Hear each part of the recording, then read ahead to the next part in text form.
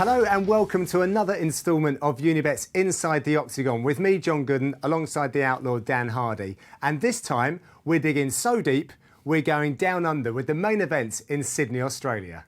This is the moment UFC fans around the world have been waiting for. Woo! Oh my goodness! Oh! He hurt him! He is a monster! Oh! That's a scary, scary dude, Mike. What a fight! He rocked him! He really has a full arsenal. Unbelievable action! Absolutely incredible. That is as good as it gets! It's time! Luke Rockhold and Michael Bisping are Sydney's headliners on the main card on Saturday, November the 8th. And it's a lineup, Dan, that has plenty to whet the appetite. Yeah, starting off the card, we've got Sir Palale against Walt Harris. That's going to be a clash of two huge guys. Robert Whittaker against Clint Hester is going to be a striking match. And then Ross Pearson in the co-main event against Ali Akinta is a great opportunity for both guys to shine in a stacked division. Yeah, absolutely. Well, about the main event, Michael Bisping versus Luke Rockhold. Something that I just wanted to make a note of, Dan. Michael Bisping, very good at the verbal jousting. They've really been going at it, these two. Is this going to play a factor because Bisping's very much used to that kind of game? Yeah, the interaction's been quite interesting. Obviously, Luke Rockhold started it with the calling out of Bisping, but Bisping responded, signed the contract, and the fight's on. It's going to be interesting to see if Rockhold can put aside the emotion because Bisping is familiar with this, like you say. This is not going to affect him, but for Rockhold, it could potentially cause him to make some technical errors if he does get drawn into the emotion in the fight. OK, well, I see that your fight tablet's ready, so let's get on with it and let's take a look at Mike the Count Bisping. OK, well, to start off with, I want to talk about the work rate of Bisping. He is by far the busiest fighter in this division. You know, his work rate, his ethic, the volume of strikes that he's landing, and he's able to step off at angles and catch people as well with really unusual stuff. Now, this is something I want to talk about, the intercepting fist, just like Bruce Lee used to talk about, catching your opponent as they're moving in. And he uses this to great effect against Alan Belcher and against Kung Lee as well. If he can catch Rockhold as he's stepping in and then follow it up with a combination, he can really start to interrupt Rockhold's rhythm and start to catch him with something of quality. In this fight with Lee, you can see this jab come straight through and catches Kung Lee as he's stepping in, right on the cheekbone. Now, this caused a lot of problem for Lee. You can see him wincing in pain. Yeah. It caused some swelling. It was really affecting his decision-making in the fight because he was so distracted by it. And as soon as Bisping saw the opportunity, he started to pile on the pressure. And as you can see, just like the Belcher fight, he's hitting in bunches. He's landing combinations of strikes and mixing up punches and kicks as well. Even in the championship rounds as well. Exactly, and this is a testament to his conditioning. By far one of the best conditioned athletes in this division, potentially the UFC.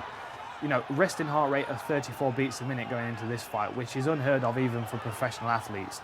And as you can see here, this is the beginning of the end of the fight. He's really pouring on the pressure now. You can see that Lee's on his way out, working the body, and the knee comes straight up the center, which was a beautifully placed and timed shot. And as you can see here, this is a good example of him mixing up his shots. Now we're going to see a left hook to the body, followed by a left head kick, which is not a combination we see very often. But with Bisping having so much experience in the traditional martial arts and as a kickboxer, he's able to put together all these kind of dynamic combinations that open up his opponent. And this knee through the center, very much like the Chuck Liddell stoppage over Tito Ortiz, where he was throwing big looping shots and was able to cause Tito's guard to open up. Right. Which created that opportunity for, in this case, for Chuck Liddell to throw the straight right down the middle. And in this instance, it's the knee that comes through from Bisping and lands on Kung Lee's chin and sends him to the canvas. He's a very, very smart, very intelligent fighter, and he uses his whole plethora of striking techniques to really, keep his opponent guessing, which he's going to need against a guy like Rockhold. Yeah, and that conditioning you were talking about, that resting heart rate of 30-something, I mean, if I'm right, the science geeks might say I'm wrong, but around 80 to 100 is the average person. Yeah. So, I mean, even if you're you're fairly healthy, 60 to 80 is pretty average. So, very impressive. I mean, I was around 40, 42 beats a minute when I was ready to fight. So, Bisping at 34, it really shows you that he is at peak physical condition. OK, well, we got some fight metrics, Dan, on Michael Bisping, and I think it's going to underline a lot of what you've been saying.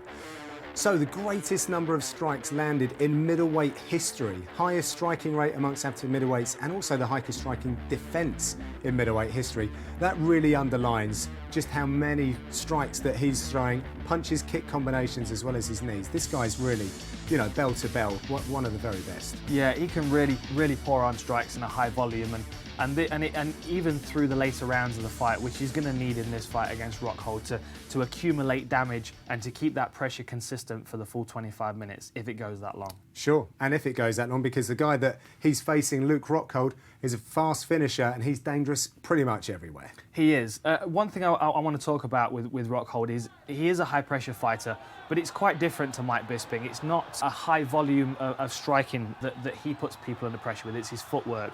He's able to back people into corners and to cut down their options for movement. As you can see here in the Kennedy fight, Kennedy's got very little space to move. And what Rockhold's doing is he's limiting Kennedy's options. If he's got Kennedy backed into a corner, Kennedy's got two options for movement. It's right or left. And no matter what direction he moves, Rockhold is going to have something for him to walk onto. Yeah. So again, pressuring forward. Look at this. He's got such a small part of the octagon to work with that he doesn't have a great deal of options. And as soon as he starts to pressure forward, Rockhold's going to start catching him with these big shots. Really uses his reach very well and catches people at the end of the punch, so it's got the full force behind it. And as you can see here, that pressure forward sometimes opens up an opportunity to send his opponent to the canvas and for him to be able to follow up.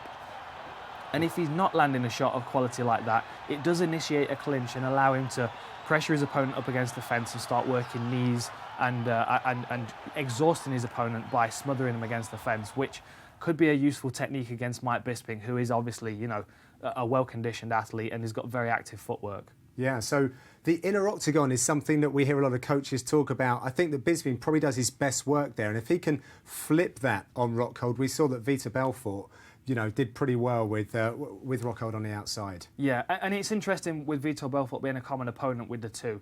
For my money, I think Michael Bisping did a slightly better job in that fight, but Rockhold, in his defence, he was fighting a southpaw, which is, it's unusual to see southpaws fighting southpaws, and it's not something that Rockhold's been familiar with. So getting caught by a kick like this, it's such an unusual technique to get caught with anyway. Against a guy like Vitor Belfort, who is, you know, world class, but when Bisping fought him, he did much better, at least in the first round. Now, this inside low kick could be something that he can use to great effect against Rockhold, to upset his rhythm and to open up head strikes by making him drop his hands. But again, you know, it's that left head kick. It caused Bisping problems at the end of the first round. He was able to recover from it, to get his bearings and to try and put pressure back on Belfort. But ultimately, you know, in the second round, it was the left head kick again that caught Bisping. And that's something that he's going to have to be paying attention to against Rockhold, because that is something that we've seen Rockhold use a lot, particularly in the Philippou fight, to great effect. And you know, if Bisping's not on his game, not keeping that right hand up, that could be something that Rockhold can capitalise on. Yeah, Bisping's fought, as you were saying, a couple of southpaws. Kung Lee liked the kicking game. Luke Rockhold against Philippou, he really did show that he can slam those kicks in. Yeah, I mean, you know, the good thing is for Bisping, he does have experience against a lot of southpaws, particularly recently, with Alan Belcher. Kicking southpaws as well. Exactly, and Kung Lee. Now, one thing I did want to talk about with Rockhold was the placement of his foot. Now, from a traditional boxing standpoint, you always want your lead foot on the outside of your opponent's lead foot, because that gives you control of their jab. So, in this instance here, if I've got my foot on the outside, I can control your lead jab and jab over the top. But in this situation, Rockhold is actually opting to have his foot on the inside. Now, this confused me for a second until I watched the fight a little bit further, and you can actually see what he's doing is he's giving ground to set up that counter right hook, which we'll see here in a second. As you can see here, he's dropping that right hand. You can see it dropping down by his waist, and as Philippou pressures forward, feeling like he's gaining ground, he gets clipped right in the chin. It's a beautifully placed shot. And a rare counter, we don't see Rockhold using counters quite a lot.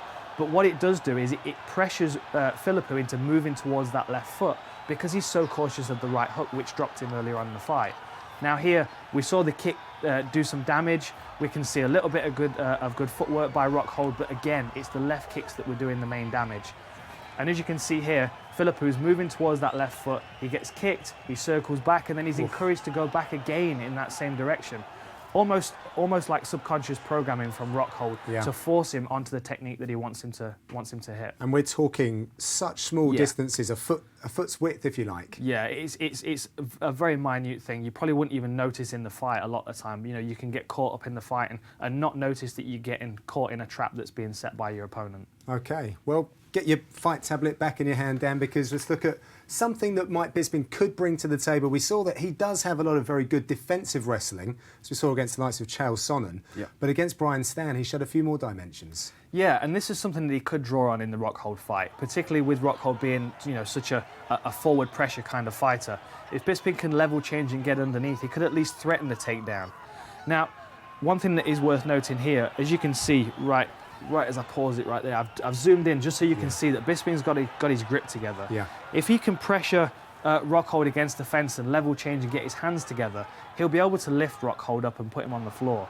And that's going to make Rockhold hesitant, you know, throwing his striking. Keep him guessing. Exactly. Pressuring forward, it's also going to score some points for Bisping. And his offensive wrestling has been underestimated, as are most British fighters. Probably my fault. But Bisping's got good offensive wrestling as well as defensive.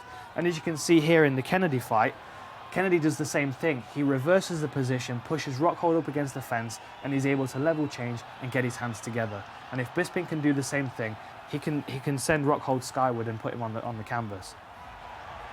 It's, you know, it's not something that I'm necessarily suggesting that Bisping's going to be able to capitalise on the ground with Rockhold, because he is a finisher on the ground, but it's something that can threaten. Now, Rockhold's very good at catching things in a scramble. As you can see here, Tim Kennedy shot for the takedown a couple of times. Once he had his back taken, and once he got stuffed, and Rockhold was able to defend. But in the Bosch fight, look at this scramble, it's beautiful. And it opens up this opportunity for Rockhold to sneak that leg through and cinch up a reverse triangle, which is quite a rare position to get caught in MMA. It doesn't happen very often. And Rockhold kept a hold of this. He kept that locked in and was able to eventually get that Kimura and force Bosch to tap. So we know that Rockhold's dangerous in the scrambles. So Bisping can use those takedowns to great effect, but he does have to be on his game. Yeah, well, let's take a look at the fight metrics for Rockhold as well, and he's really doing a very good job of carving his name into the history books. Yeah. Most first-round finishes in UFC Strikeforce modern history, fourth most knockdowns in UFC Strikeforce middleweight history, and most submissions in the UFC Strikeforce middleweight history. That's really impressive stuff, Dan. And my interpretation of that is, certainly from the first one we see there, Bisping's got to be very careful in those opening stanzas.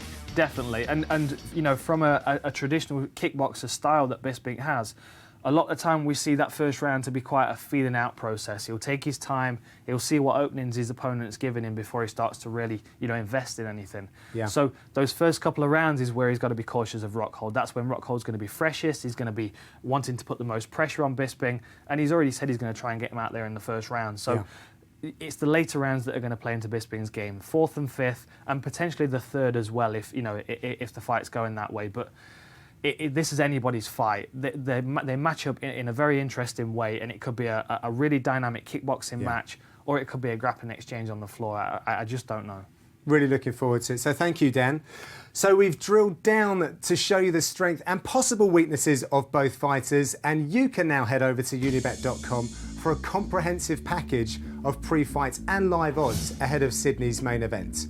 Who do you think will win? What will be the method of victory? Rockhold has 7 professional wins by submission and 3 by TKO or KO, whereas Bisping boasts 17 wins by TKO or KO. And how long will the fight last? There are odds to be found on every round, and it's all brought to you by Unibet. Watch and bet live with Unibet, the official UFC betting partner. A terrific main event, Dan. Really excited to be down there commentating as well, but a pretty decent supporting cast as well on that main card. It's an exciting main card, and I think that, you know, it's tailored for the Australian fans. Oh yeah. There's a couple of Brits on the card as well, so it's going to be an interesting matchup. I'm excited to see Ross Pearson making his UFC. An old friend of yours. You know, I'm a big fan of Ross. You know, I've trained with him a lot in the past, and I like to watch Ross. He's really developing as a fighter. He's starting to come into his own. He's since he started working with Dominic Cruz, he's been able to join this Dominic Cruz footwork with the power punching that he was known for in his earlier career. He's a very good kickboxer, but he's fighting Al Iaquinta, which is an interesting fight. Now, it's worth noticing, as you can see there on the video, he's got Matt Serra and Ray Longo in his corner. That's the Weidman team right now. They've got a world champion in their gym, and that does make a difference. It creates this environment in the gym where everybody feels like the championship's within their reach. So, you know, stepping in against Ross Pearson in a co-main event, it's an opportunity for him to really shine. Now, we've got a local guy on the card, Robert Whittaker. I was at his fight when he won the tough finale over there, and he looked great. He's very, very quick, very athletic, relies on his reaction time and his head movement to keep him out of range. And he's a very, very talented kickboxer. Clint Hester, however, former pro boxer, big puncher, coming off 4 wins in the UFC, likes to work the body. I'm excited to see this guy because he's the big loop-in power puncher against Robert Whittaker, who's much more of a pinpoint accuracy striker. Some lovely elbows as well in his arsenal. Yeah, exactly. Yeah, this is an interesting fight, and this could potentially, show the emergence of a big player in this division. And this guy is quite a big fella, this chap. Soa Palale, he's going to be taking on Walt Harris, who's stepping in for an injured Daniel Omelenchuk. Heavy top game. If he gets you in mount, you're really going to struggle to get him off this position.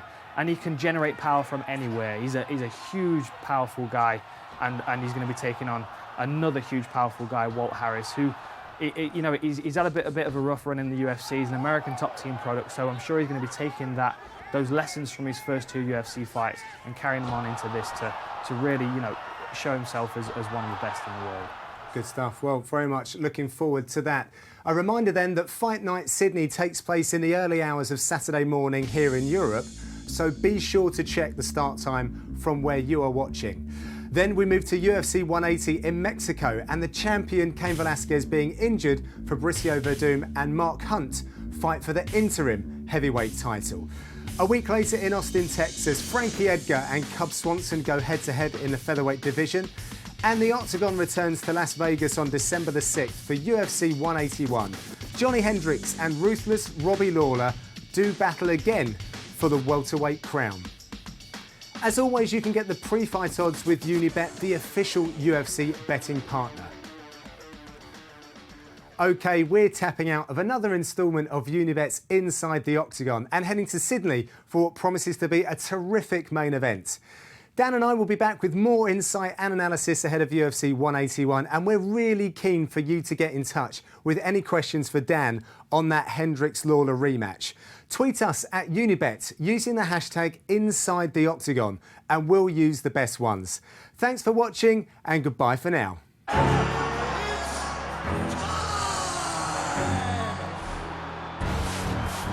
It's